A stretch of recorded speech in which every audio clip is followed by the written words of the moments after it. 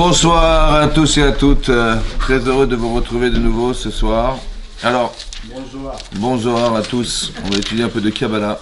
Alors, on va parler de la Megillat Esther, on va parler de Purim. On a la lecture de la Megillat Esther. On va essayer de réfléchir un petit peu à cette fête de Purim. Vous savez que Purim se trouve à la fin de l'année, puisque l'année, elle démarre à Pessah. Ouais. Elle démarre à Pessah au mois de Nissan. Oui, donc on sort d'Égypte, esclave d'Égypte, et en fait elle se termine à Purim. Et vous savez aussi pertinemment que, comme cette année on a eu 2 mois de Hadar, ouais, on aurait dû faire Purim il y a 1 mois déjà. Mais la Gemara expliquait que, en fait, on doit juxtaposer la Purim tout le temps avant Pessah. Oui, parce qu'il y a la Géoula, la délivrance de Purim, et celle de Pessah. Et donc on juxtapose toujours les deux, elles sont toujours collées. Oui, on va essayer de comprendre pourquoi. À part ça, je vais vous poser quelques questions. Et on va essayer de réfléchir à chaque fois, essayer de trouver des réponses à tout ça. En fait, le Harizal explique qu'il y a une fête qui s'appelle Kippour. Ouais, Kippour. Yom HaKippourim. On dit Yom HaKippourim. Et c'est connu que le Harizal expliquait que Kippourim, c'est comme Purim. C'est-à-dire, en fait, c'est comme Purim, c'est-à-dire que c'est loin d'être Purim. Purim, c'est largement au-dessus de Kippour. Comme ça, il explique que la fête de Purim, qui est en fait à la fin de l'année, elle est largement au-dessus de ce jour qui s'appelle le jour de Kippour, alors que le jour de Kippour, c'est un jour solennel, c'est un jour où on jeûne, c'est un jour où on a dû être sous pression de faire Teshuvah. C'est ça, Kippour. Alors qu'on sait pertinemment, c'est marqué dans la Megillat Esther, dans la Gemara, c'est marqué Kimu ve Kiblu ha-Yehudim. Kimu, ils ont réalisé, et ce qu'ils ont accepté. Et on ne comprend pas, parce que dans la formulation de la phrase, d'abord vous acceptez quelque chose, après vous réalisez la chose, normalement. Et là c'est marqué l'inverse. Kimu ve Kiblu ha-Yehudim. Ils ont réalisé, ils ont accepté. Non, il fallait d'abord accepter, et après tu réalises. Ça va? C'est marqué l'inverse. La Gemara expliquait, ils ont réalisé à Purim, Be'ahava, avec amour, ce qu'ils avaient accepté à Shavuot avec la crainte. Ça veut dire qu'on voit ici que jusqu'à arriver à Purim, en fait, on n'est jamais arrivé à l'amour d'Hachem, quoi. On est arrivé à la crainte d'Hachem, à l'acceptation d'Hachem, tout ce que vous voulez d'Hachem. Ouais, le Purim aussi, Kippour, c'est ça. Ouais, c'est la crainte, ouais, de ne pas passer l'année. Donc on fait Teshuvah, mais on se sent un peu obligé de le faire. Cette avodat Hachem, que d'être obligé de le faire, oui, c'est une avodat Hachem c'est une avodat Hachem qui, quand ça sonne, ouais, il faut être Bessimcha, c'est ça. Quand ça sonne, il faut se calmer. Et donc en fait, cette fête, en fait, on arrive à la Havat Hashem. Donc il faut bien comprendre que c'est très profond pour him, en fait. Ça veut dire que c'est quelque chose de très puissant. À part ça, un petit hilouche. Vous savez, la Gemara dans Choulin, Kouflametet, elle dit là-bas, hein, elle demande la question Esther minatora minayin. Où est-ce qu'on a trouvé ce mot Esther dans la Torah? Oui, ce mot Esther dans la Torah. C'est important de comprendre pourquoi. Parce que si la Torah, les sujets qui sont traités et qui traitent de ce nom d'Esther, alors on va essayer de comprendre qui était finalement Esther. Et la Gemara, elle dit, on a trouvé un passouk, c'est marqué Aster astir et panay bayamaou. Aster astir, caché je me cacherai, dit Hachem, bayamaou ce jour-là. Donc Esther, elle est la représentation, on va dire, de la question qui est où est-ce qu'Hachem, où est-ce qu'il se trouve Hachem. C'est vrai. Oui, on voit quand on a décrété, je ne sais pas si vous m'imaginez, on avait placardé dans les 127 provinces, dans les 127 pays qui étaient le royaume de Achashverosh, qu'on allait tous mourir le 13 Hadar. On peut se poser la question, mais il est où, bon Dieu? Ça va? Aster, Hachem se cache. Donc Aster Astir, parce qu'en fait elle s'appelle Adassa, cette femme, en fait.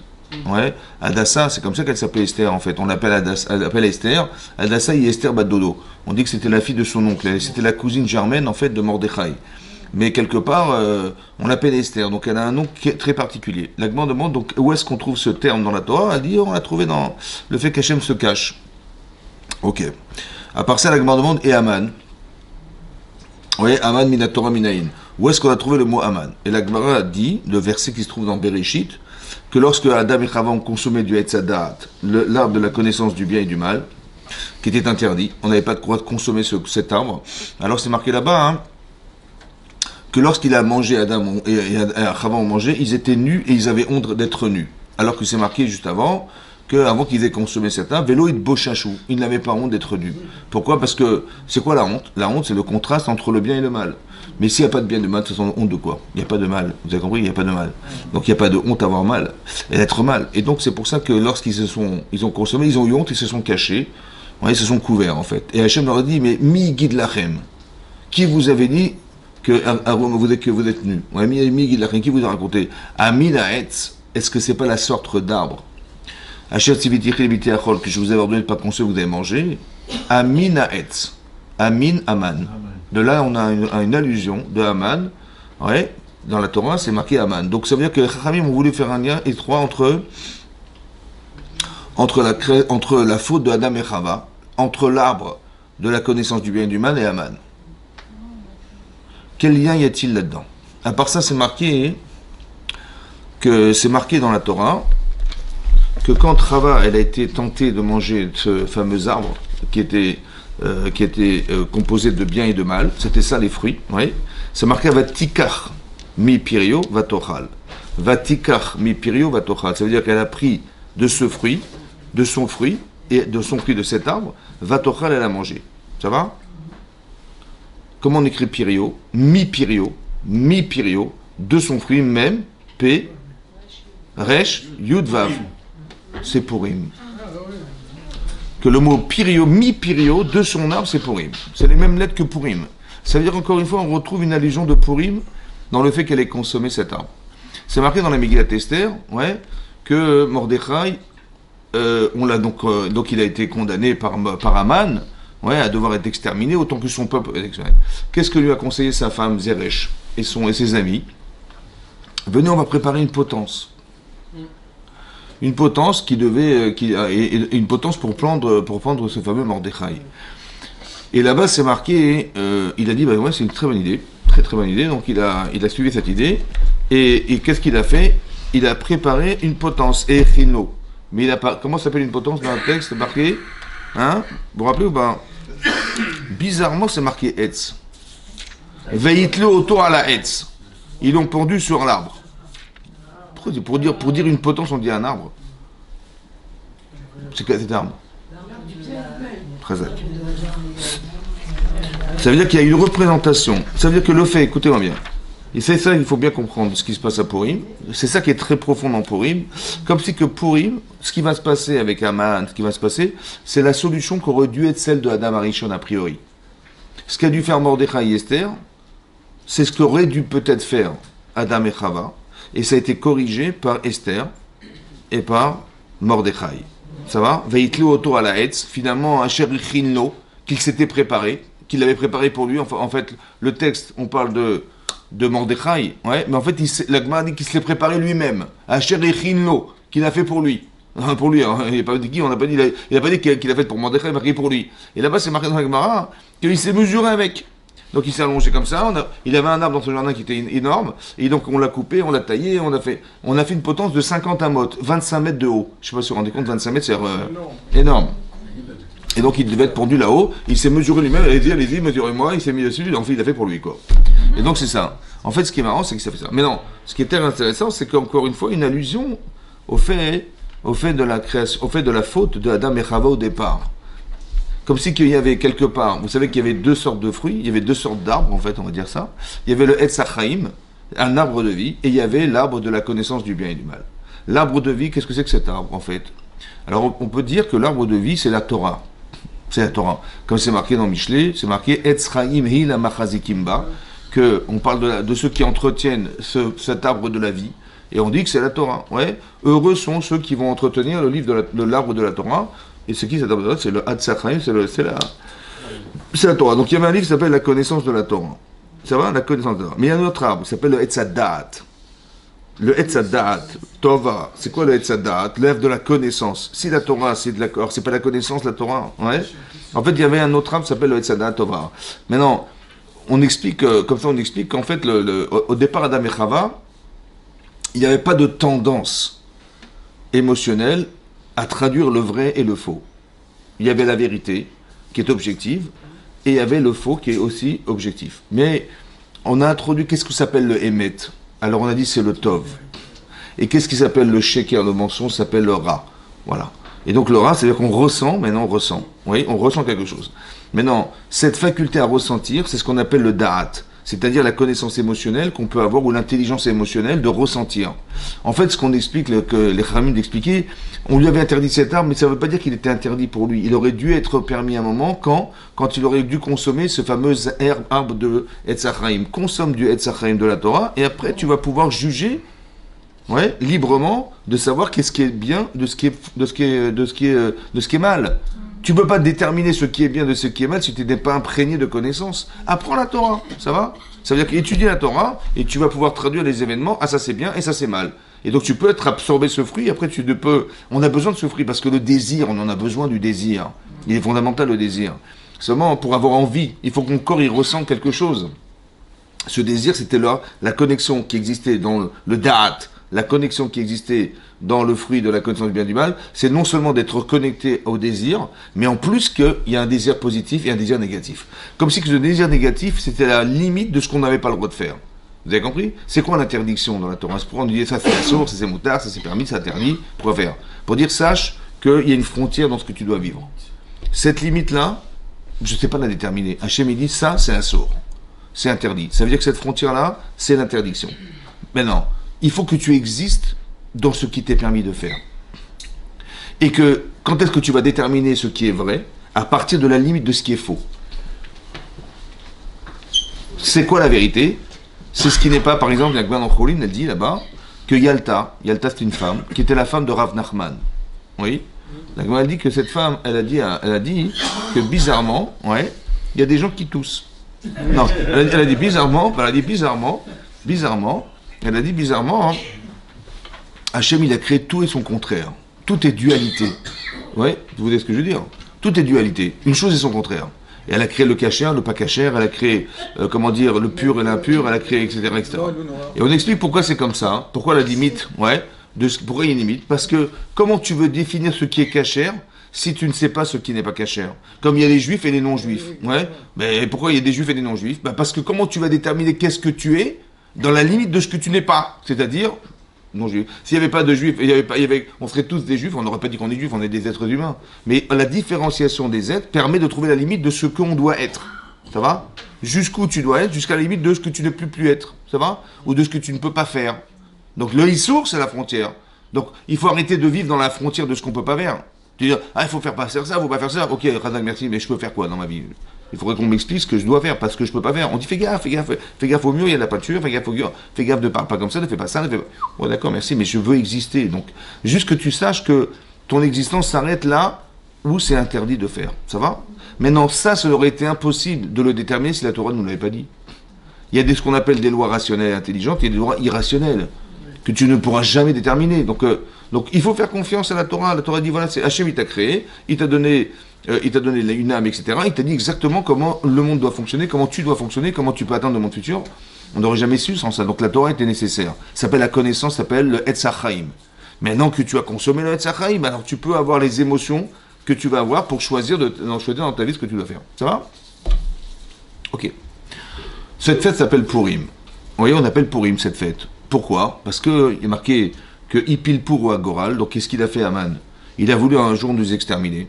Ça va? Il a dit, écoutez, moi, je ne sais pas quel jour je vais choisir, on va tirer au sort. Et donc il a tiré 2 numéros, le 12 et le 13. On était en plein mois de Nissan. Oui. Et il a tiré le chiffre 12, ça veut dire dans 12 mois. Donc si on compte Nissan inclus, ça fait 12 mois, c'est qu'on va se retrouver en Hadar. Ça va? Et il a tiré notre deuxième show qui était le 13. Ouais, c'était un vendredi 13. Non, je rigole. Donc il a joué le chiffre 13. Et donc, le 13 Hadar, il a tiré 2 chiffres. Ipilpur ou Agoral. Ouais. Et donc on a dit, il y avait marqué dans la Megillat Esther, on a appelé cette fête Purim Al-Shem Apur. Cette fête s'appelle Purim au nom du tirage au sort qu'a fait Aman. Et là-bas, bien sûr, qu'on va se poser 2 questions essentielles. D'abord, vous savez que l'essentiel de la fête se trouve dans le nom. C'est vrai? Dans le nom, pas dans le oui. Dans le nom. Maintenant, dans le nom, ça veut dire Pessah, parce qu'Hachem, Pessah, il a sauté au-dessus des maisons. Ok. Sukkot, la Souka. Shavuot, c'est les semaines qui nous séparent, les Shavuot, les semaines qui nous séparent de Pessah à Shavuot. On se prépare au Matan Torah. Donc tout est marqué dans le nom, tout est dans le nom. Maintenant, Purim, le tirage au sort. Un jour, il a tiré au sort. C'est un détail, je veux dire, c'est un détail dans la Megillat Esther, dans la lecture de la Megillat Esther, c'est un détail. Pourquoi nous parler de ce tirage au sort? À part ça, il a tiré au sort, ça s'appelle pour. Donc cette fête aurait dû s'appeler pour. Mais non, moi je suis pas contre. Hein. Mais prends l'appeler Pourim, prends le pluriel. Il y a plusieurs jours. Hein? Il y a pluriel. Non, c'est les sorts. Mais pourquoi les sorts? Le sort. Il est marqué, cette fête s'appelle Pourim, al Shem pour, au nom du pour. Il a tiré au sort 2 numéros, mais c'est le tirage au sort, ça va? Mais non, on aurait dû appeler cette fête pour. Non, on l'appelait Pourim, le pluriel. Pourquoi le pluriel? Ça va? Le pluriel. À part ça, hein, c'est quoi le tirage au sort? C'est le hasard. En fait, on fait partie de gens qui vont avoir un besoin de tirer au sort dans la vie. C'est vrai que des fois, c'est vrai qu'on fait appel au hasard. C'est vrai. Vous voyez, par exemple, on va voir dans la parashat Massé, c'est marqué dans la parashat Massé, que quand on est rentré en Eretz, Hachem a dit, vous allez rentrer, on est dans le désert, vous allez rentrer en Israël et vous allez partager la terre, et c'est marqué là-bas, hein, vous voyez, dans la parashat de Massé, c'est marqué là-bas, hein, Vitnachaltem, vous allez hériter de la terre, ouais, et vous allez l'hériter Bégoral, avec un tirage au sort. C'est-à-dire qu'on a mis, il y avait des tribus, et il y avait un terrain qu'on a dû numéroter, la terre était découpée en numéros, on va dire comme ça, et on tirait un numéro et on tirait une tribu. Et on disait, voilà, hop, cette tribu, elle est dans tel terrain qu'on avait déterminé comme étant un numéro, etc., etc., c'est comme ça qu'on a fait. Bégoral. Il y a une Mishnah dans Yuma qui dit que comment on a déterminé, vous savez qu'il y a 2 sacrifices qu'on venait amener le jour de Kippour, Seir l'Hachem, Seir l'Azazel, 2, mais ils étaient identiques, dit la Mishnah, identiques, les mêmes couleurs de peau, la même couleur de peau, la même taille, la même, tout pareil, tout pareil. Donc comment tu vas déterminer lequel choisir? L'Hachem qui va expier toutes nos fautes et celui qui va être jeté de la montagne, comment tu vas faire? À dire, on va tirer au sort. Impossible de déterminer. Ça veut dire que la vie est faite de choix. La vie est faite de choix. Maintenant, il y a des situations où tu ne pourras pas choisir. Alors la Torah détermine qu'on va tirer au sort. Ça va? Ça veut dire que nous, on considère que le tirage au sort, c'est une incapacité à faire un choix. Et donc, on détermine que le choix tiré, c'est le choix d'Hachem. Voilà. Quand tu ne peux pas faire des choix, qu'est-ce que tu fais? Tu tires au sort. Mais toute la vie est faite de choix. On ne peut pas dire, ah non, mais je ne sais pas quoi faire, je vais tirer au sort. Non, non, non, non. Il faut que tu décides. Quand tu dois décider, il faut décider parce que ton salaire, il dépend de ta décision. Ton niveau que tu dois obtenir, il dépend de ton choix. C'est comme ça, ouais. À ne pas confondre avec la Shoah. Ouais. Est-ce qu'on a eu la Shoah? On n'a pas eu la Shoah. Mais quelque part, il faut bien comprendre que c'est ça qu'on doit faire. On doit pouvoir choisir. C'est ça qu'il doit faire. Toute la vie est faite de choix. Et c'est ça qui va déterminer la personne. Si on ne peut plus avoir de choix, on n'est plus des êtres humains. Et là, pourtant, il y a des situations où on n'a pas le choix.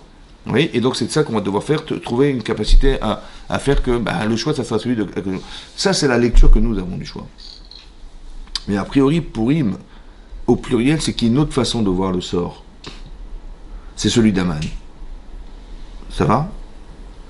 Et donc ça veut dire que si cette fête s'appelle Pourim, ça veut dire que la notion de hasard, qui est a priori dans la lecture de la Megillat Esther, puisque les Chachamim l'ont appelé Pourim au nom du pour, au nom du tirage au sort, ça veut dire que toute la Megillat Esther, il va falloir la lire avec comment s'articulent les éléments présents par hasard. Vous avez compris? Il y a des choses qui vont vivre, ils sont vécues, et comment les traduire par hasard? C'est passé par hasard. Des séquences de situations, qui sont des situations, on va dire, de faits divers, qu'on va lire dans les journaux, et en fait, c'est ça, et dans ces faits divers, comme par hasard, ça s'est passé comme ça. Ça va? Et comme par hasard, il s'est arrivé tel événement. Et donc, ça veut dire qu'on nous invite à réfléchir, oui, à cette notion qui s'appelle le hasard. Ça va? Maintenant, alors c'est vrai que dans la parashat Mas'é, je vous laisse ce qui est marqué là-bas. Non, non. Alors c'est pour ça que je vous explique que quand je tire au sort, quand je n'ai pas le choix, qu'est-ce que je fais? Je tire au sort. Mais je considère que le sort, c'est qui? C'est Hachem. C'est lui qui a décidé. Parce que je ne peux pas décider. Maintenant, où c'est marqué ça? C'était cette notion-là. Regardez. Parce que dans la paracha, dans la Megillat Esther, lorsque Aman a décrété le 13 Adar qu'on allait disparaître, c'est ça qu'il a décrété. La rogue, on avait d'être kol hayudim. Il a dit on va exterminer, détruire tout le peuple juif en un seul jour. Le jour du mois, le 13 du mois de Hadar. Il avait décidé qu'en un jour on allait tous mourir. Et ça veut dire qu'on avait décidé ça dans toutes les provinces, tous les pays en fait. On dit médinotes. Médinotes, c'est des pays qui composaient le territoire du royaume de Achashverosh, qui était énormissime. Maintenant, qu'est-ce qu'il a fait Mordechai à la suite de ça?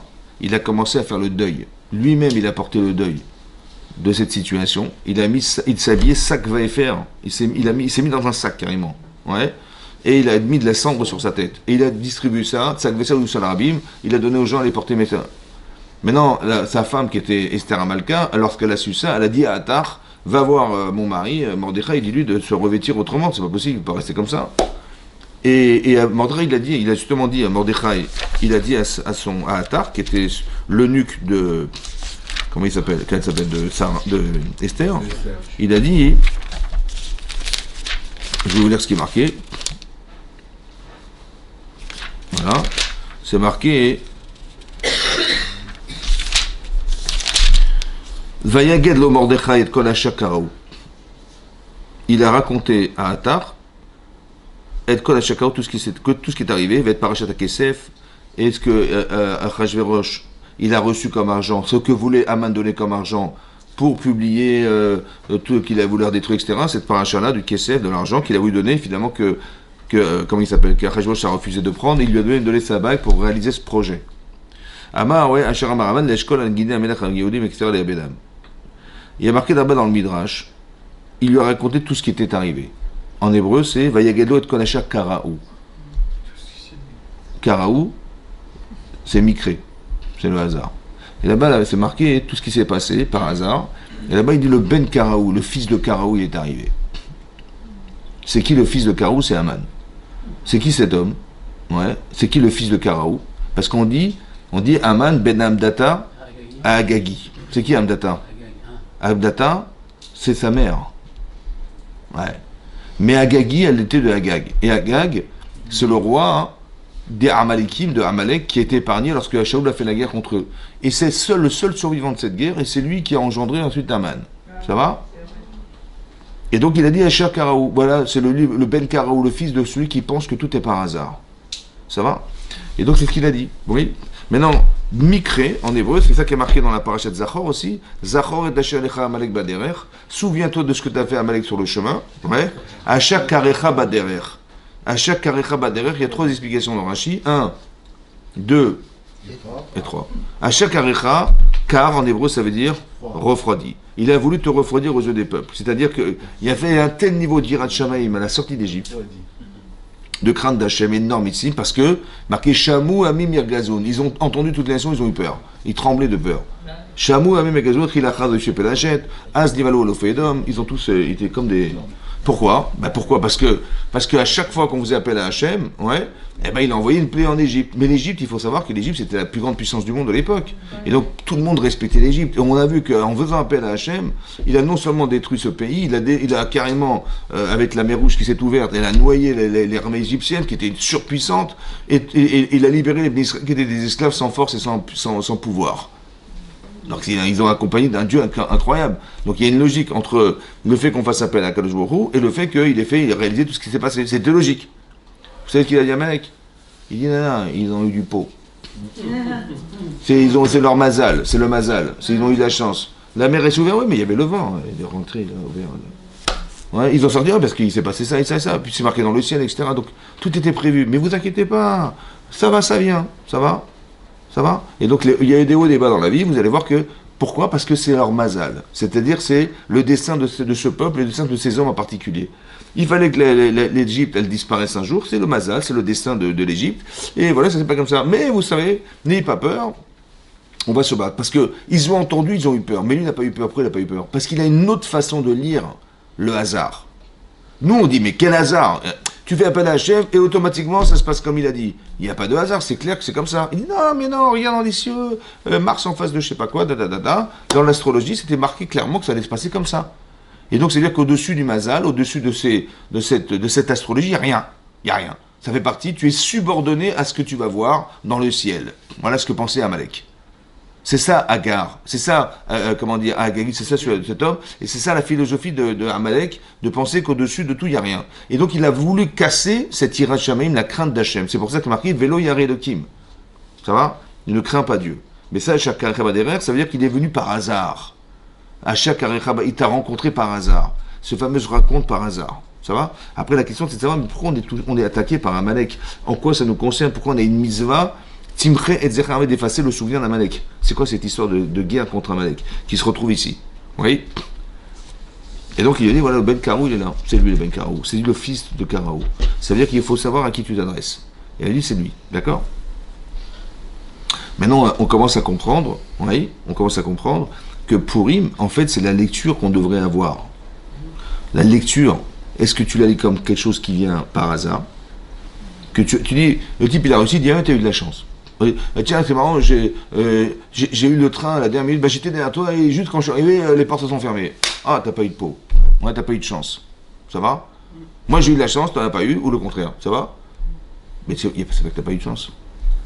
C'est qu'est-ce qui a fait que tu as réussi, l'autre, c'est Hachem. Tout ce qui arrive, c'est Min Hashemayim. On n'est pas, vous avez compris? On n'est pas en train de se dire, ah ouais, tiens, bah, les choses ont fait que tu as eu de la chance ou tu as eu de la malchance. Non. Hachem, il t'envoie un message. Pourquoi l'un, il a réussi à avoir le train et l'autre, il a raté le train? Qu'est-ce qui se passe? Pourquoi on t'a fait perdre du temps? Et c'est à réfléchir. Vous voyez donc, c'est ce principe-là. Justement, dans la même paracha de Masé, c'est marqué là-bas, hein, je vais vous dire ce qui est marqué. À la fin de Sefer Bamidbar, c'est marqué là-bas. Hein. En fait, ce Yesod, ce principe, il est marqué dans Rashi. Regardez. Il est marqué comme ça. Mais d'abord, Hachem el Moshe est mort. Donc on est parachat Massé dans le 35e chapitre, la Médée, Pasouk tête. D'abord, el Ben Israël va martalem, qui atem ovrim et Yarden, lorsque vous traverserez le Jourdain. Artsa Kenaan, du pays de Kenaan, du pays de Kenaan, d'Israël. Veikritem lachem harim. Veikritem lachem harim. C'est quoi Veikritem? Mikré. Ouais. Et donc là-bas, il est marqué, donc il traduit ici, et vous désignerez des villes. Ouais. Veikritem lachem harim, on parle de villes de refuge. Ouais. Que si quelqu'un est tué par accident, bah, il va se réfugier dans ces villes de refuge. Veikritem. Regardez ce que dit Rashi, Veikritem. Ça veut dire quoi? Il dit En akriya el alashon azmana. Quand tu vois un mot-clé kriya, mikré, c'est une invitation. Vechel Omer, ki ikra Hashem Elokecha lefanai. Le mikré, le hasard, c'est une invitation, une asmana. Vous avez reçu un faire-part de mariage, c'est une asmana. Le temps est une invitation. Ce qui t'arrive, c'est une invitation à réfléchir. C'est ça. Veikritem. Ouais. Comme si on avait un rendez-vous avec le temps. Et ce temps, c'était Hachem. Et de comprendre que tout ce qui nous arrive, c'est une invitation à réfléchir. Ça va? C'est ça, le mikré. Donc ça me parle. Alors que pour Amalek ou je sais pas qui là-bas, ben non, c'est juste que tu subis le temps, tu subis les événements. Tu n'as rien fait pour, ça fait partie de ton mazal. Ça va? C'est ton destin. Maintenant, il y a une distinction à faire dans le destin. Qu'est-ce qu'on appelle le destin, d'après la Torah, et quelle lecture il avait à main du destin? Il y a une dans Nida qui dit là-bas hein, que lorsqu'un enfant naît, ouais, un ange vient voir Hachem, il lui dit mais cette goutte là, qu'est-ce qu'elle va devenir? Il dit ben, il va être riche, il va être pauvre, il va être grand, il va être petit, il va être etc. Toutes les. Ça veut dire que on est en train de nous expliquer qu'est-ce qu'on attribue à la personne. Il va être grand, il va être petit, il va être etc. Donc c'est des choses, des qualités qu'on doit avoir. C'est aussi marqué. L'Agma dans Moed Katan a dit là-bas que c'est marqué l'Agma dans Katan. D'après l'Agma a dit là-bas. Que bané chaye umzoné, bané les enfants, chaye la longévité de la vie, et maisonné et la subsistance, donc les enfants, la longévité de vie et la subsistance, l'obisruta taliamilta, ne dépend pas de tes mérites. Tu es une grande sadékienne, super, tu es un grand rachat ou tu es un grand sadique. Non, ça dépend pas de tes mérites, ça dépend du mazal. C'est ce qui a marqué le destin. Ça veut dire que, c'est ce que l'Agma dans Shabbat explique là-bas, que la seconde où on est né, le jour où on est né, le mois où on est né, l'année où on est né, etc., on a un mazal. Ça va? Ce mazal, c'est quoi le mazal? Ce qu'on appelle, c'est ce qui est nozel. C'est ce qui descend, ce qui coule. C'est quoi ce mazal? C'est comme ça. En fait, à l'heure où on est né, on a un but dans la vie à atteindre. Un objectif qu'Hachem détermine pour chacun d'entre nous. On a chacun un but pourquoi on est venu sur Terre. Mais ce but doit être accompagné d'un mazal. C'est-à-dire combien de temps ça va prendre pour atteindre ce but? Qu'est-ce qu'on va te mettre dedans? Ouais, de l'argent, etc., des enfants, etc. Voilà ce qu'on va te donner. Ça fait partie du mazal. Donc ça veut dire que tous les éléments qui font partie de ton existence, tout ce que tu es et tout ce qu'on te donne, c'est pour atteindre quelque chose avec.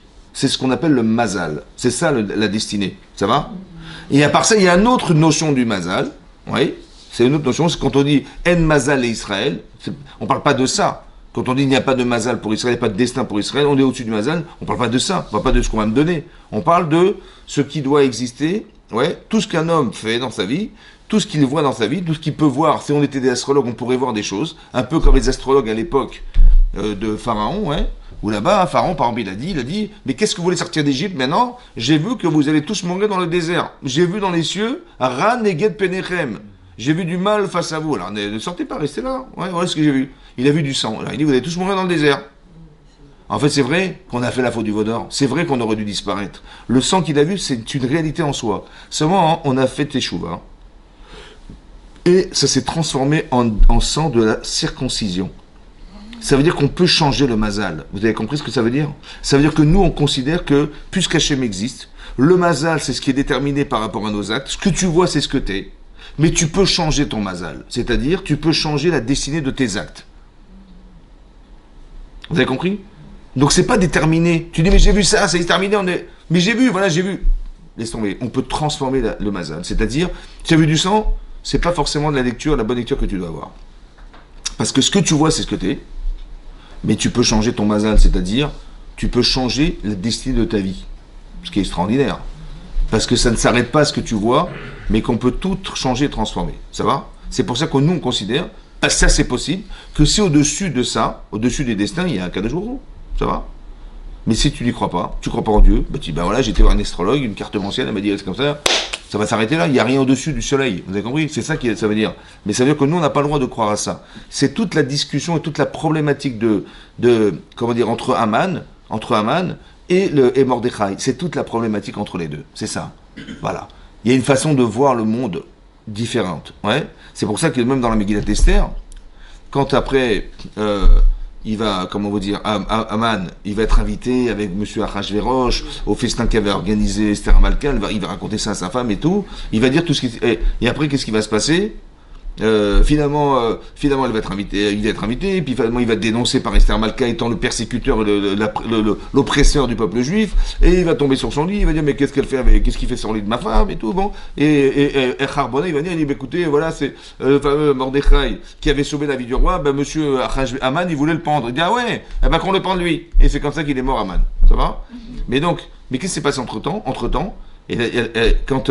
quand Achashverosh, il trouvait pas le sommeil, et qu'on lui a demandé à ce qu'on lise dans le livre des chroniques, qu'est-ce qui s'est... il ne trouvait pas de sommeil, parce qu'en fait, il avait peur qu'il y ait une liaison entre Aman et sa femme. Ouais. Donc c'est directement. Parce que Mapitom, elle invite monsieur Aman avec Achashverosh. Qu'est-ce qu'il a à faire Aman dans ce festin-là? Et lui, ça lui a commencé à lui trotter la tête. Ouais. Il comprenait pas ce qui arrivait. Et qu'est-ce qui s'est passé? Il a dit, quand il a su Achashverosh que Esther avait dit à l'époque qu'il y avait deux eunuques du roi qui essayaient d'assassiner Achashverosh, ouais, et que finalement ça s'est avéré juste et qu'on les a pendus. Il a dit, mais qu'est-ce qu'on a fait de bien cet homme? Il a dit, l'on a assailli Modavar, on n'a rien fait du tout. Et là, à ce moment-là, il tape à la porte pour pendre Mordechai qui avait sauvé la vie du roi. Comme par hasard. Vous avez compris? Comme par hasard. Et donc, qu'est-ce qui va se passer? Il dit, mais qu'est-ce qu'on pourrait faire de bien un homme que le roi apprécie? Et lui, il croyait qu'on parlait de lui, qui plus que moi, il n'existe pas. Donc, il a dit, il faudrait prendre le cheval du roi, il faudrait prendre les vêtements du roi, il a dit, mettre la couronne du roi. Bon, après, il s'est calmé, etc. Et puis qu'on demande à un des ministres du roi de prendre cet homme sur son cheval du roi et de dire, vous avez compris, voilà. Et de dire, Kachan et Asenaïch, voilà ce qu'on fait à un homme que le roi apprécie. Il dit, tiens, toi, va prendre le cheval et va faire ça à Mordechai. Vous avez vu, tout s'est inversé. Et qu'est-ce qui s'est passé? Il a fait ça, ouais. Et la Gemara raconte que il a traîné Mordechai dans les rues de la ville en disant voilà ce qu'on fait, etc. Et il est arrivé, il est sorti là-bas, Avel Vachafouy Roche. Avel, il est devenu, la marque est marquée, il s'est endeuillé. Endeuillé de quoi? Alors la Gemara raconte que sa fille, quand elle a vu du haut de son balcon, elle a vu un homme qui traînait un cheval, elle croyait que son père c'était celui qui était sur le cheval, et l'autre qui était Mordechai, qui était en train de traîner son père à cheval. Elle a pris un pot de chambre et elle l'a déversé sur celui qui tirait le cheval. Bon. Et quand son père, il a levé les yeux pour voir qui c'est qui avait jeté ça, sur lui, il était tout sale, et elle a vu son visage, elle a eu tellement... Elle s'est suicidée carrément, elle est tombée du balcon, elle s'est tuée. Et là-bas, donc il est arrivé, il était endeuillé de la mort de sa fille. Et donc il a été voir sa femme, il a été raconté à sa femme et à ses amis, Kol Asher Karaou. Tout ce qui lui était arrivé. Mais il a dit, j'ai pas de peau. Franchement, il vient de perdre sa femme. L'autre, il a truc, comme par hasard. Mais il n'a jamais traduit ça comme une remise en cause. Il a dit, là, j'ai pas de chance, là, franchement, j'ai pas de chance, là. Tu vois? Vous avez compris? Et là, ils lui ont dit, Misera Yehudim. s'il fait partie de la descendance des Juifs, à Mordechai, l'Otuchal. L'Otuchal, ouais. L'Otuchal, tu ne pourras rien contre lui. La folle Tipol et Vanaf, c'est toi qui vas tomber devant lui. Ça veut dire que, si, ils lui ont dit, mais s'il a vraiment de la chance, il est dans une situation de chance, tu ne pourras rien faire contre lui. Ils ont tout le temps traduit dans le Mazal. S'il est dans une bonne période de vie, tu ne pourras rien faire contre lui. Comme si on ne pouvait rien faire dans sa vie que de supporter ce qui nous arrive. Il y a des périodes positives dans sa vie, des périodes de chance et de malchance. Si tu es tombé dans ces situations-là, tu ne pourras rien faire contre lui. De toute façon, tu peux monter et descendre, il ne se passera rien pour toi. C'est ça qu'il lui en dit. Ça veut dire qu'il n'a jamais été remis en cause par ce qui lui est arrivé. C'est des gens qui ne pourront jamais faire teshuva de leur vie. Et comment voudriez-vous que Hachem leur téléphone, si à chaque fois qu'ils vont voir un truc pareil, ils vont dire « Ah, c'est le mazal ». Vous avez compris le problème? C'est ça la guerre contre Amalek. Ben oui, c'est ça la guerre contre Amalek. C'est de comprendre que derrière, il y avait une incapacité à croire qu'il y avait un Hachem dans cette histoire. Comme si que, soit il croyait que Dieu n'existait pas, soit il pensait que Dieu ne s'investit plus dans le monde qu'il a créé. Alors que c'est exactement l'inverse. Vous avez compris? Voilà. C'est exactement l'inverse. Mais ce qui est très intéressant, c'est que cette fête s'appelle Purim, donc ça veut dire qu'il y a une fausse lecture du hasard et une vraie lecture du hasard. Faire très attention à ça. De toujours accepter l'idée que ce qui m'arrive a été réfléchi par Hachem. C'est ça. Veikratem. Il y a une invitation à réfléchir sur ce qui nous arrive. Toujours, c'est comme ça. Et donc, quand il m'arrive quelque chose, je dois réfléchir dans le bon sens et dans tous les sens que ça peut avoir comme interprétation. Encore faut-il avoir la bonne lecture. C'est ça, parce que c'est des fois compliqué de traduire ce qui nous arrive. On a plus tendance à le voir de façon négative que de façon positive. C'est vrai. Et donc il faut avoir une vraie lecture, et cette lecture, en fait, c'est le filtre. Ouais. On va dire que de faire teshuva, c'est pas de la religion, c'est de la capacité qu'on a d'avoir une lecture qui soit fiable. Ça va? D'avoir de l'humilité, d'avoir des bonnes midotes, d'avoir etc. C'est un travail à faire pour avoir une capacité de décrypter la réalité telle qu'on devrait la voir et pas telle qu'on se l'imagine. C'est très important ça, vous avez compris? C'est-à-dire qu'on doit, et d'être dans la Torah, qu'on puisse être inspiré par un Kadosh Baruch Hu, c'est aussi fait partie des choses, vous avez compris? Va-t-il bâcher Esther Malchut, on dit qu'elle a vêtu des vêtements de roi, d'abord dit non, elle a eu le roi HaKodesh. Ça veut dire qu'elle avait fait un travail sur elle-même qui était démentiel, vous avez compris ce qui se passe? Et donc c'est ça, vous voyez? Maintenant comment ça s'est passé? Voilà Purim, comment c'est passé? L'histoire de Purim on la connaît, vous voyez que Achashverosh, donc il était roi à la 3e année de son règne, Bishnat Shalosh le Molcho, à la 3e année de son règne. Donc il faut savoir que Achashverosh, il a épousé Vashti. Ouais, cette femme Vashti, c'était la fille de Belshazzar. Donc Belshazzar, c'était en fait le roi qui avait précédé Koresh et Achashverosh, ouais, avant. Et donc cette femme, en vérité, elle est la survivante de ce qui s'était passé, parce que vous savez qu'Yirmiyahu Hanavi, il a fait prophétiser que l'espace qui va séparer, le temps qui va séparer la première destruction du temple avec la construction du deuxième temple, disons que la terre d'Israël, c'est 70 ans. Et eux ne savaient pas si cette prophétie allait se réaliser ou pas. Ils ont fait un calcul.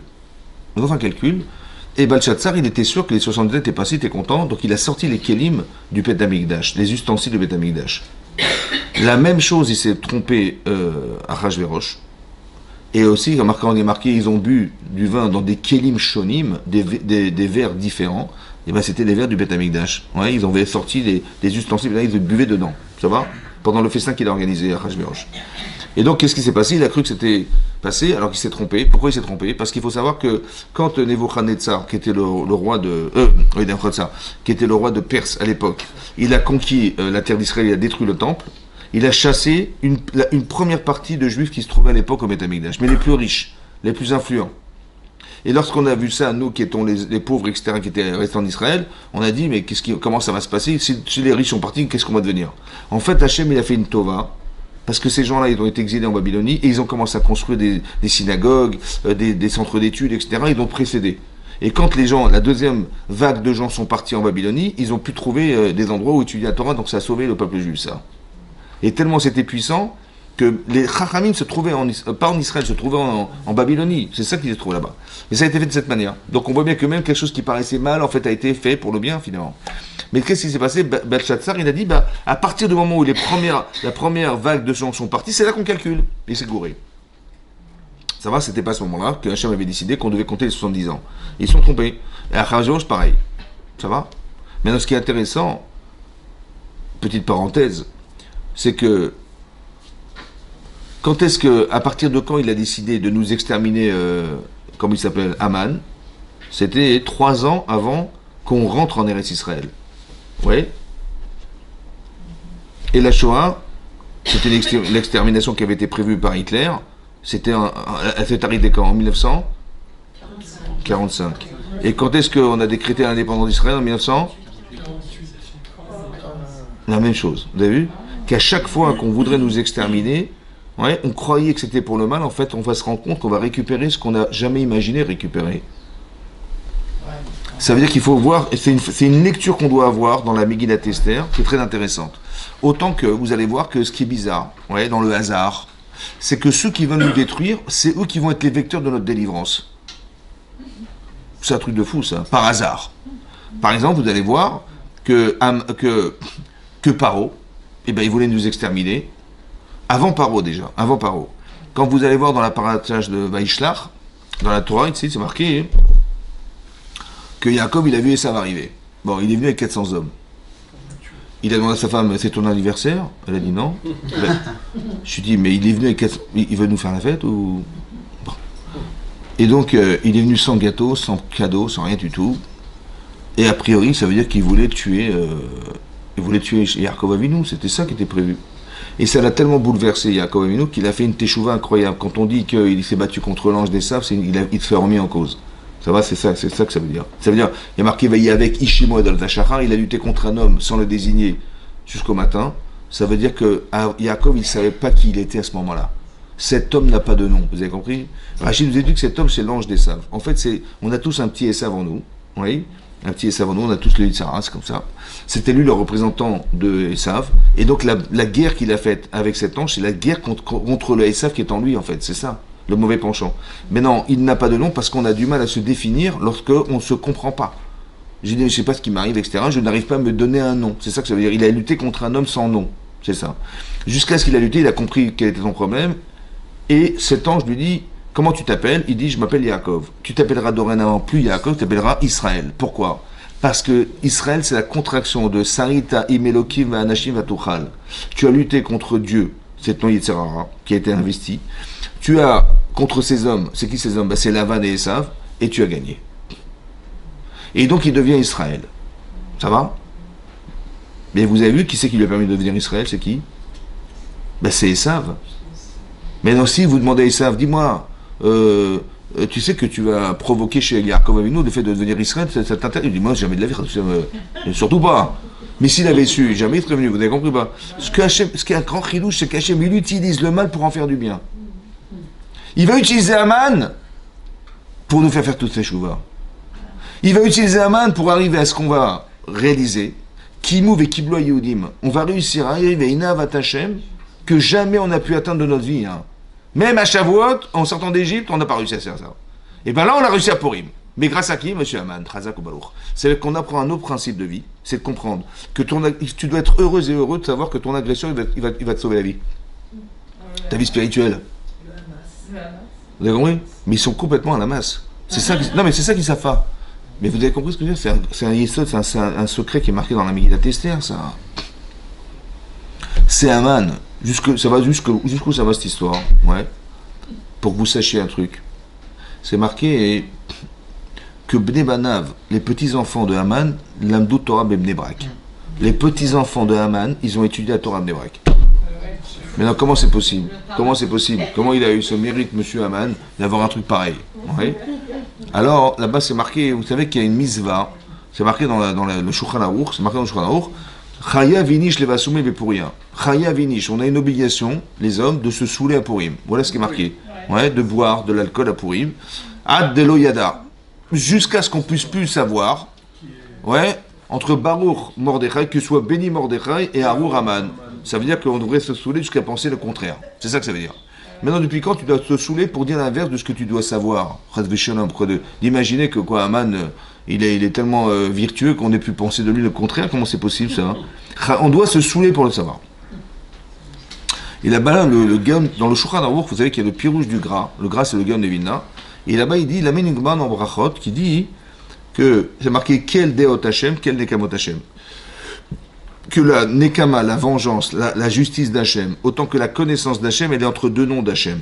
Quel et Hachem. Quel, c'est le nom de Dieu, et Hachem. Oui. Quel Deot Hachem, la connaissance de Dieu.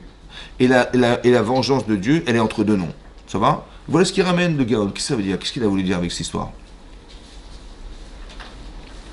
Il dit comme ça. Une fois, je vous l'avais dit, oui, comment imaginer qu'on va dire, Chas v'Shalom, l'inverse de Baruch Mordechai, que soit béni Mordechai, le contraire?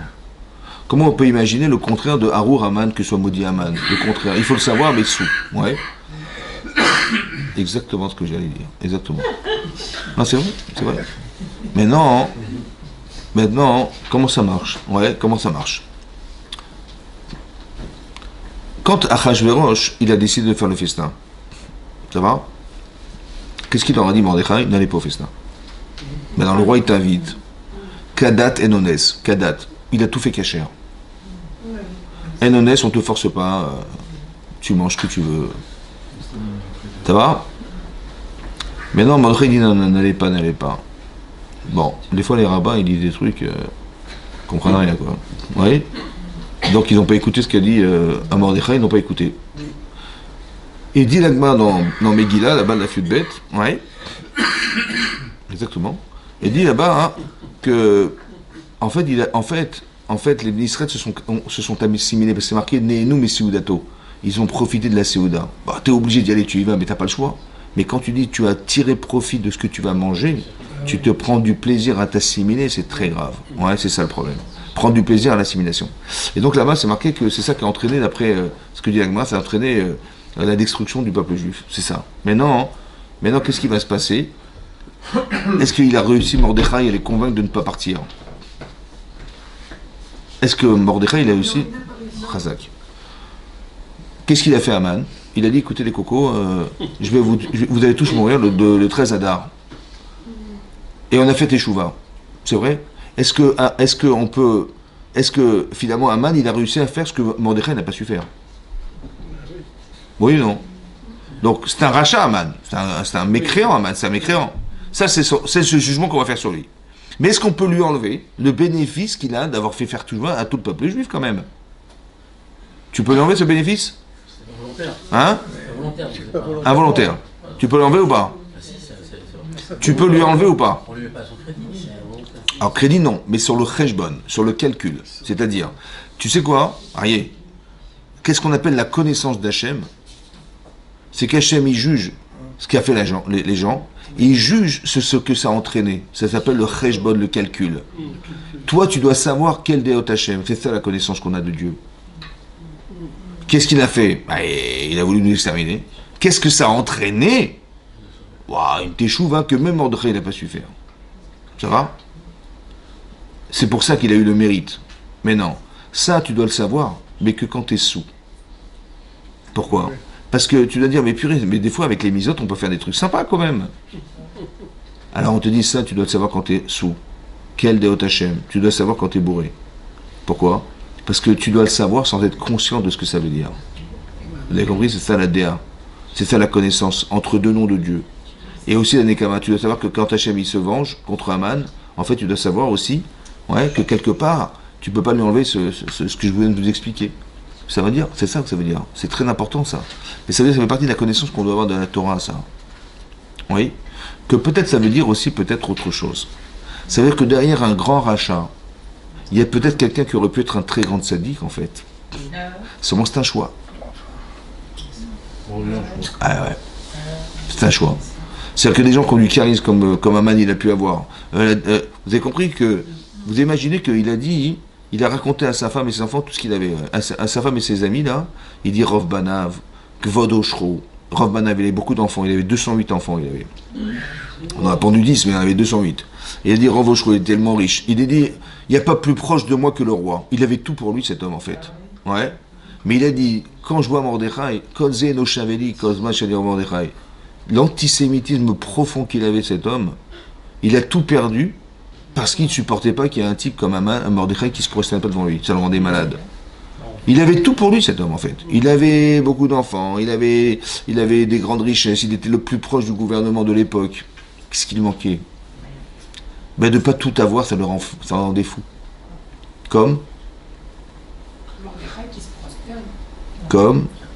Adam Arishon. Amin Haetz, Ça veut dire que Hachem il a dit tu peux tout manger sauf un arbre. Il dit non, il me faut tous les arbres. C'est ça l'allusion, vous avez compris?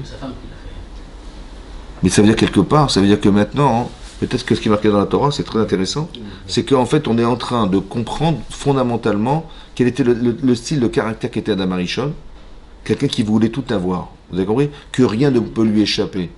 Même cet arbre, il faut que je le consomme. Je dis, mais pourquoi tu l'as mangé avant? C'est dommage. Il aurait fallu que tu le manges après. C'est ça qu'il fallait faire. Il fallait manger du Etzachaim et tu as mangé du Etzadat. C'est dommage. Tu as fait précéder en fait l'expérience à la connaissance. C'est quoi le Da'at?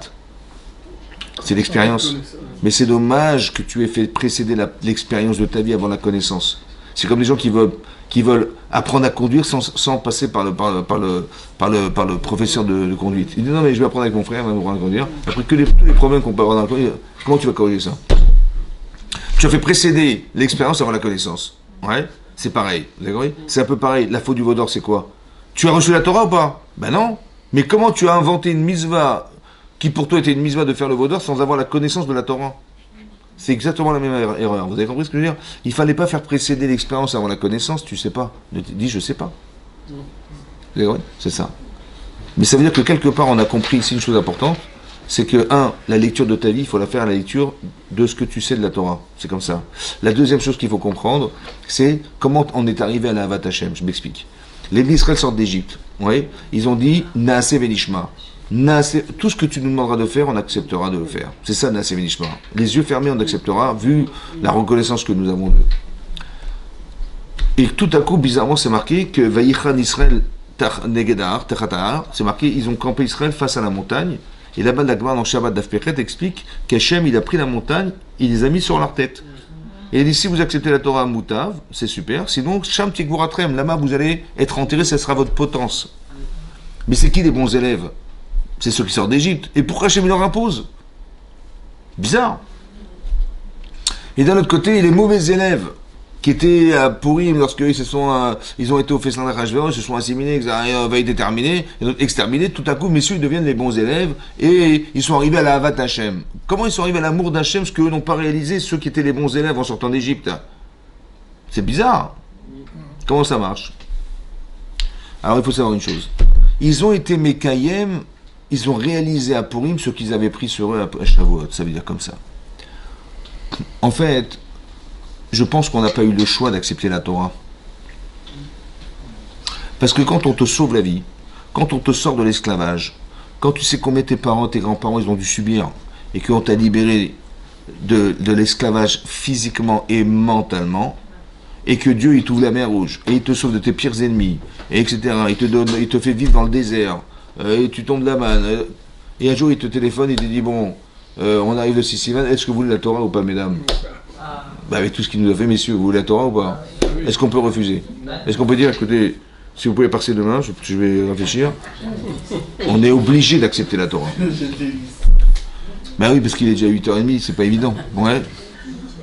Non mais c'est vrai. C'est ce qu'on appelle, il y a des gens qui sont très délicats, ça s'appelle des hysténis. Non, je rigole. Hysténis. Un hysténis, c'est quelqu'un de délicat, quelqu'un. En hébreu.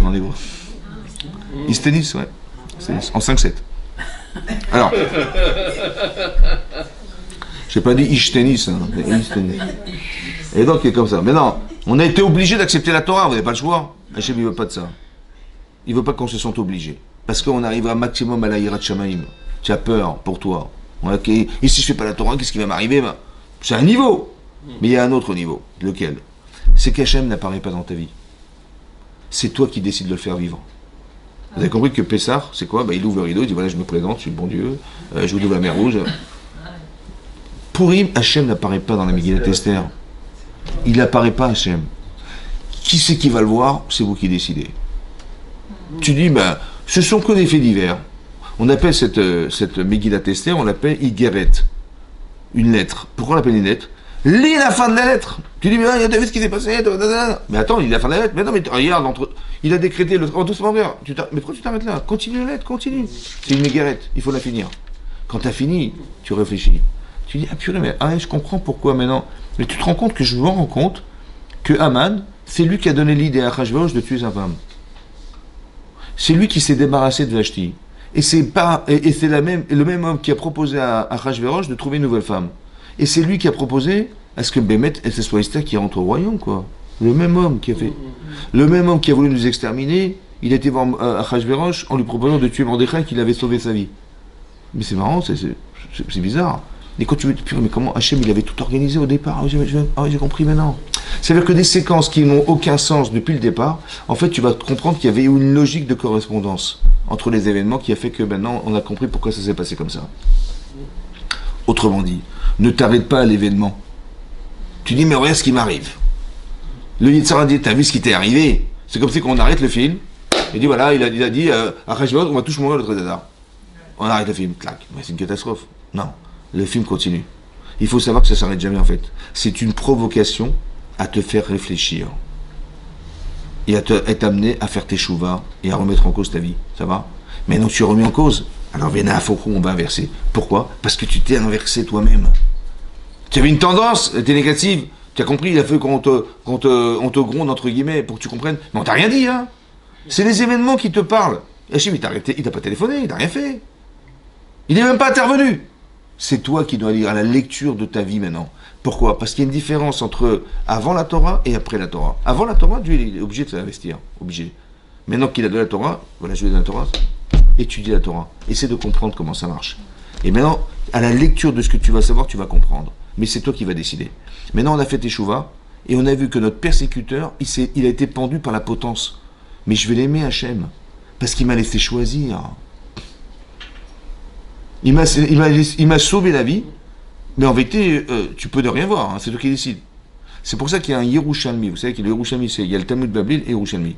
Dans le Yerushalmi, c'est marqué là-bas, au début du Yerushalmi, c'est marqué que Rabbi Yochanan, il a dit que toutes les fêtes vont disparaître. Il restera que les 5 livres de la Torah quand le Mashiach viendra. Et Rish Lakish, il a dit, il restera Purim. Pourquoi Purim? Parce que ce qui va se passer à la fin des temps, c'est que, exactement comme à Purim, est-ce qu'on va être capable de voir où est-ce que se cache Hachem? Megillat Esther, le rouleau d'Esther, ou Megillat Esther, le dévoilement de ce qui est caché. Vous avez compris? Hachem se cache dans l'histoire. Et on voit qu'il y a des choses qu'on comprend, on articule un peu sa pensée, on voit ce qui se passe, on décrit des situations, on commence à comprendre que Hachem il est en train de préparer quelque chose. Ça va? Et il y avait des raisons qui ont justifié, on commence à mieux comprendre. Il faut qu'on ait juste l'intelligence de comprendre ce qui se passe. C'est comme ici. Vous avez vu ce qui s'est passé ici? La Khamid a institué qu'il faut faire des mishloach manot. C'est quoi des mishloach manot? Il faut envoyer des manot. C'est quoi une mana? Un plat, ouais. Ish l'ereu, matot l'aivionim. Mais qu'est-ce que ça a à voir avec Purim? Qu'est-ce que ça a à voir avec Purim? Tu vois tes voisins, tiens, je vous présente un petit gâteau, un petit machin. Qu'est-ce que ça a rapport avec Purim? En vérité, ça vient répondre au fait qu'on n'était pas solidaires. Alors tu vas faire ça. Ça va? Parce qu'on est un peu Mefouzar ou Meforat Ben Hamim. En fait, on est éparpillé dans le monde. Et quand on est éparpillé, on est faible. Alors, Kenos et Kol HaYehudim, rassemble tous les Juifs, elle a dit Esther Amalka. Et ce rassemblement-là va faire de nous un être puissant. Pourquoi? Parce que Hachem ne pourra jamais intervenir si on n'est pas solidaire. Parce qu'il n'est pas là pour sauver une personne, mais pour sauver le peuple juif. Alors pour ça, il faut qu'on soit un peuple. La solidarité. Vous avez compris? Ça, c'est ce que Haman il a proposé en fait qu'on fasse. Parce qu'on était, quand on sait que chacun, il peut disparaître, on s'occupe de chacun d'entre nous. C'est comme ça. On va essayer de sauver les uns. En fait, on a créé de la solidarité. Ce qu'a fait Haman, il a créé de la solidarité. Il a soudé en fait ce peuple qui était dissoudé, carrément. C'est ça qui arrive. Ce qui s'est passé le 7 octobre, c'est un peu la même chose. Donc à la lecture de la Megillat Esther, tu commences à mieux comprendre ce qui s'est passé le 7 octobre. Et on est en train d'éliminer ce qui nous fait du mal. Peut-être on est en train de récupérer le Etz Hadaat Tov. Vous avez compris? Haman, c'est celui qui a consommé, c'est celui qui nous a amené à manger. C'est ça. Il est où Haman dans la Torah? Amin Haetz. Vous avez compris? Toujours ce rapport, toujours avec cet arbre-là, ce fameux arbre du départ. Est-ce qu'on n'est pas en train d'éliminer, au final, ce que... C'est ça qu'il dit, Timchet Zecharame, tant qu'un mec sera présent, Hachem, son nom ne sera pas entier. C'est marqué dans la Gemara dans Psuka, il y a une Gemara dans Psachim d'Afnoun. La Gemara a dit, Bayom Haou, ce jour-là, on dira Hachem Echad ou Shmo Echad. Ce jour-là, quand Hachem se révélera, on dira Hachem Echad, Hachem est un, et Dieu, et son nom est un. La Gemara dit comment? Ce jour-là, mais aujourd'hui tu dis pas Hachem Echad ou Shmo Echad, tu dis pas Dieu est un et son nom est un. La Gemara dit non. Aujourd'hui, le nom de Dieu, on le lit, ça s'écrit Yud Kevavke, on ne le dit pas comme il est marqué, on dit Adon. Par contre, quand le Mashiach viendra, On le lira comme il est marqué. Ça va? Pourquoi? Parce que avant que le Mashiach arrive, on dit que Dieu il est Adon Olam, c'est le maître du monde. Mais il impose quelque chose, Dieu. Alors que lorsqu'il viendra, on comprendra la rachamim qu'il a eu de nous avoir fait vivre une chose pareille. Tu dis voilà ce qui arrive, voilà, Dieu il est le maître du monde, donc il décide ce qu'il veut. Donc on le voit comme le maître du monde. Des fois ça nous fait mal, mais c'est le maître du monde qui a décidé. Ça c'est avant que le Mashiach arrive. Mais après on comprendra pourquoi c'est arrivé et le bienfait que ça a eu d'avoir des conséquences positives que ça a eu sur nous. Vous oui, ça c'est après qu'on le verra. C'est pour ça que cette fête de Pourim va rester. Parce que ça avait exactement le même mécanisme que là. Là c'était juste concentré en 9 ans. Mais des fois ça peut être sur 200, 300 ans que Dieu il fait des choses. Ce qui se passe en Ukraine, etc. On va peut-être comprendre un jour, on le comprendra peut-être beaucoup mieux parce que c'est des choses qu'on ne maîtrise pas. Mais Dieu nous expliquera pourquoi il a fait ça comme ça, pourquoi ça nous est arrivé comme ça. Vous avez compris ce que je veux dire? Cette lecture-là, c'est notre lecture personnelle de notre propre vie, va nous faire comprendre pourquoi tu es passé par là. Ben, c'est ça que j'espérais de toi, c'est ce que tu as atteint, super. Vous avez compris? Là, on comprendra tout ce qui a été provoqué, mais dans la transparence d'Hachem. Il nous a obligé à rien, juste que nous, on comprenne que tu vas faire tes chevaux et tu verras qu'on verra une délivrance incroyable qui va se passer, on espère. Amen, vous avez compris? Et quand on verra ça, on dira merci Hachem. On comprendra qu'est-ce que ça a eu comme conséquence sur nous-mêmes.